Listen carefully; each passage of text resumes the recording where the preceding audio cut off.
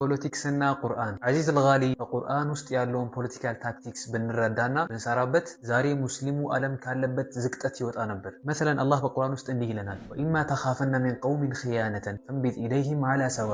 ከህዝቦች ኦር ከሀገሮች ክህደትን የምትፈራ ከሆነ ኪዳናቸውን ጣልላቸው። ኦኬ መፍትሄው ምንድን ነው? ወአዒዱ ለሁም መስተጣዕቱም ሚን ቁዋ ወሚን ሪባጢል ኸይል ቱርሂቡነ ቢሂ ዐዱወላሂ ወዐዱወኩም። ከማንኛውም ኃይልና ከታጀቡ ፈረሶችም በቻላችሁት አቅም የእናንተንና የአላህን ጠላት የምታስፈራሩበት የምታሸብሩበትን አዘጋጁ።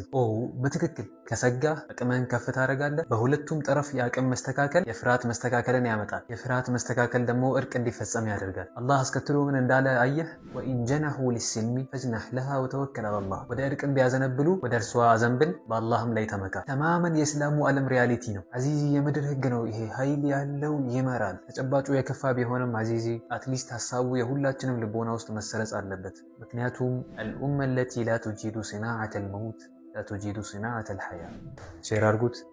ወዳላል ኸይሪ ከፋዒሊህ